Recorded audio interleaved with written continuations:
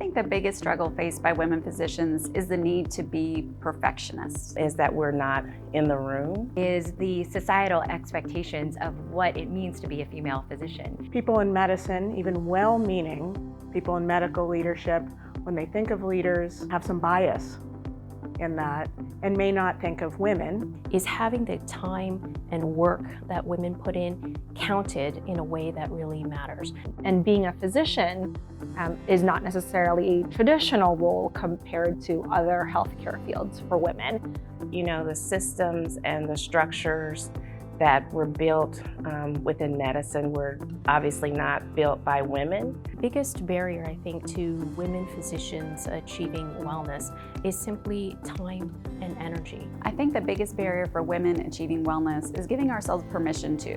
We aren't all talking about what the barriers are, and we aren't talking about that we are female physicians and that we have special challenges. I think that there are internal barriers as well. That I already believe that wellness is something to be achieved and not the norm. I think we all internalize gender roles. So when you think about how hospitals are run, how medical facilities are run, they don't take into account the fact that women have children, they have to take maternity leave, that they're often bearing the brunt of housework, even in today's society. I've had wonderful mentors in my career, both formal mentors, training directors.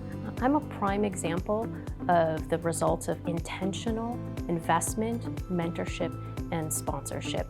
Now, as I've stepped into the women leadership in medicine space, many females from different institutions have come on board to help me, to assist me, to sponsor me, and just being available to them has been an amazing adventure that I would have never anticipated. Early in my career, and even to now, I've had wonderful people that have, I've been lucky enough for them to see something in me and for them to want to invest their time, their energy. We all need that type of support system. I do think it would have been beneficial to have had the opportunity to form affinity groups with like-minded collaborators. For me, I didn't have a lot of female mentors at my institution, and that was a problem. So I think it's really important to have FaceTime with senior leadership. I don't think I've ever really worked in an organization that had a really robust infrastructure to support physician wellness. That's something that's fairly new.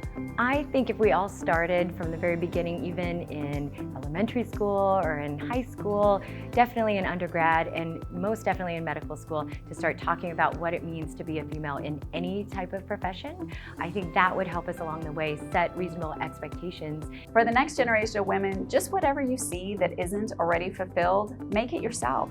You don't need permission, you don't need a budget, just start doing it. Believe in yourself and believe in the power of your dreams. Any power that you have, use that power to empower others. My advice for the next generation of women physicians is that it's worth it. Take that time for self-reflection and making sure that you are strategic and intentional in looking at the next steps and also the bigger picture. The WEL program has really been a transformative experience for me. It elevated the relationship between wellness, equity, and leadership. WEL has really just inspired me. It's given me the courage to take risks and take on projects, really big projects that I think I might not have otherwise. What I appreciate the most out of this program has been the vulnerability of the other participants. WEL has put me together with women across the nation from various specialties and walks of life that I would have never interacted with. I think it's just that togetherness, that communication, the vulnerability, the ability to say, hey, yeah, me too, like I have these struggles also. And it really helped me kind of hone in and focus on what really drives me every day, what makes me get out of bed and want to go to work. So just being in a safe environment where things like that can happen is probably the coolest thing.